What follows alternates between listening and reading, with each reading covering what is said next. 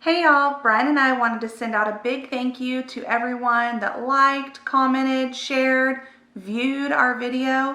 We were not expecting to get as many views as we did on our first vlog, so thank you so much. This is vlog number 2.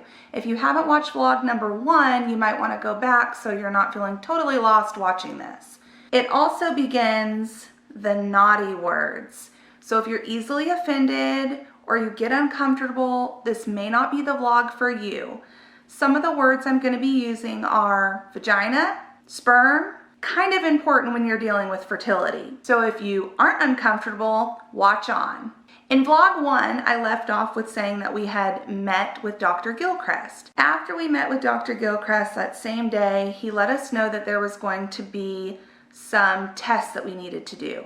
Very simple test to just find out where we were at and what was going on. The test I needed to take was a blood test. The only complication with that was it had to be on the 3rd day of my cycle. So at that point, I had to wait for my cycle to come. The test Brian needed to do was a sperm test. Easy enough for him. All he had to do was just take his sperm in a cup and they would test it and let us know how it was.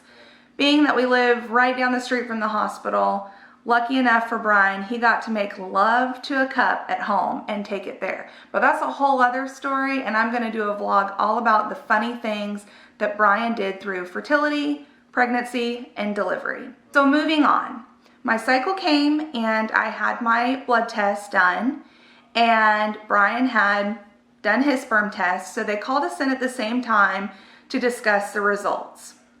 When Dr. Gilchrist came in, he let me know that my blood test came back and I had plenty of eggs fresh and ready to go. So I was super pumped. Then he said, well, Brian, boy, your test, when we got your sperm test back, I've never seen anything like this. I was figuring he was gonna say that it was really bad, so I started getting worried. And he said, you're in the millions. Well, I thought, okay, well, you only have to have 2 million good sperm to make a baby. So what are we talking? 3, 4?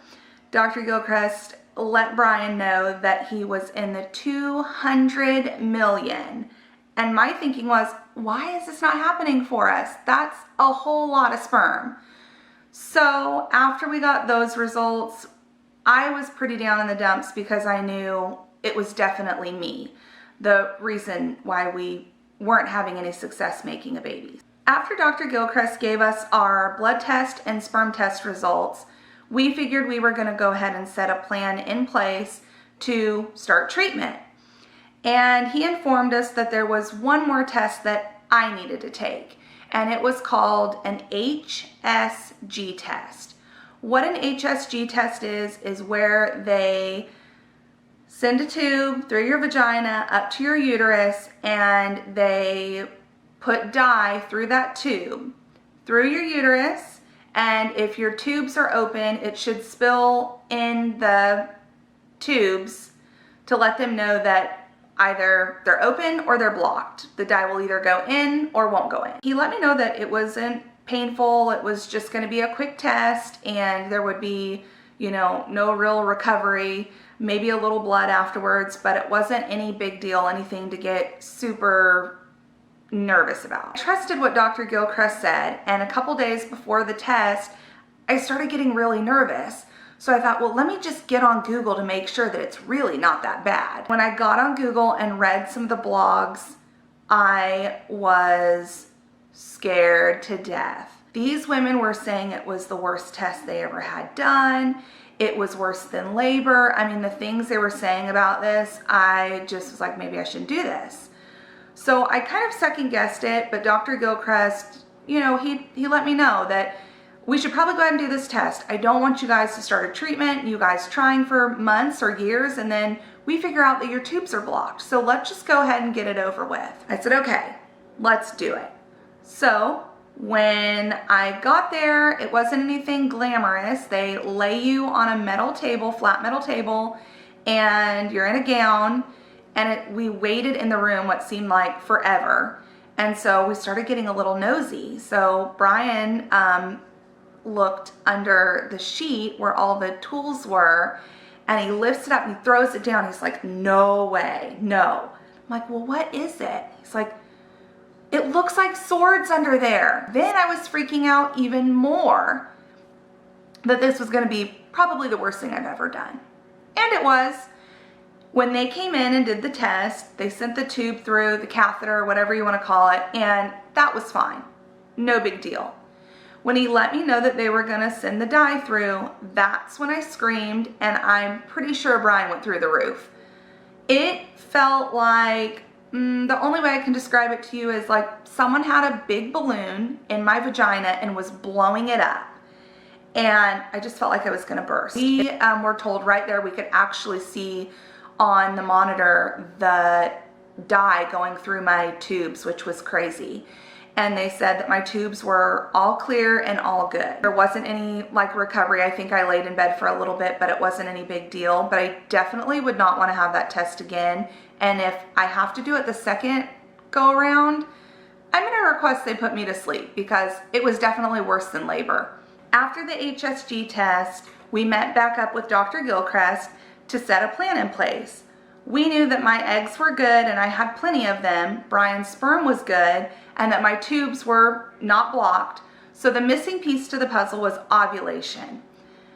They're not sure if I don't ovulate at all, or maybe I just ovulate every other month, and the only way to figure that out would be for me to take a test several times a week and at the same exact time, because every day a woman's body is going up and down. Their hormones are all over the place. So in order to pinpoint exactly when ovulation would be, that's what I would have to do.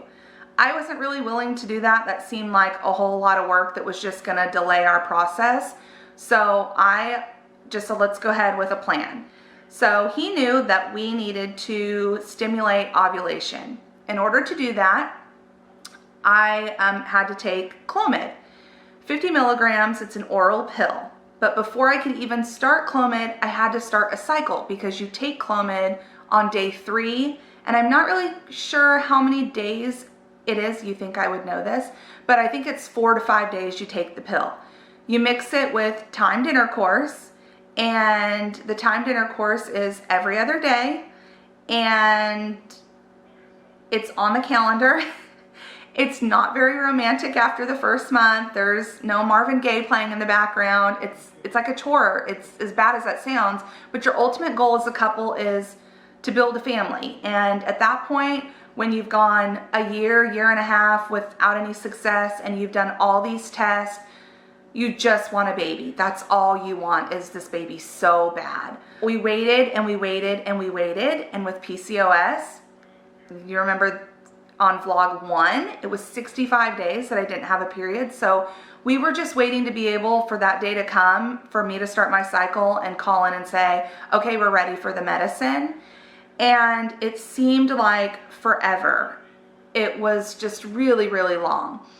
And I started getting frustrated and I started questioning, okay, are we not doing the right thing? Is God trying to tell us that this is not it and this is not right, and maybe everybody is right that's telling us it's all in God's timing, and don't stress, and you know, just don't think about it, and have intercourse with no expectations. And it was just a lot of things running through my mind. So I specifically remember it was Easter 2013 and we were at church, and I remember we were in the middle of worshiping, and I looked over at Brian and I said, we've got to give this to God.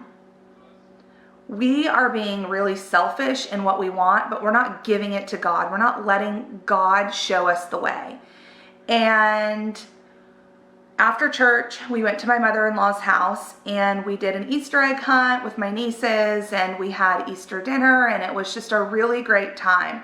And I remember during the Easter egg hunt, I just felt a little funny, and I was like, okay, well, I maybe need to go to the bathroom. So I went into the bathroom, and I don't think I've ever been so excited to see blood before. As gross as that sounds, I'm sorry for the people that get easily offended.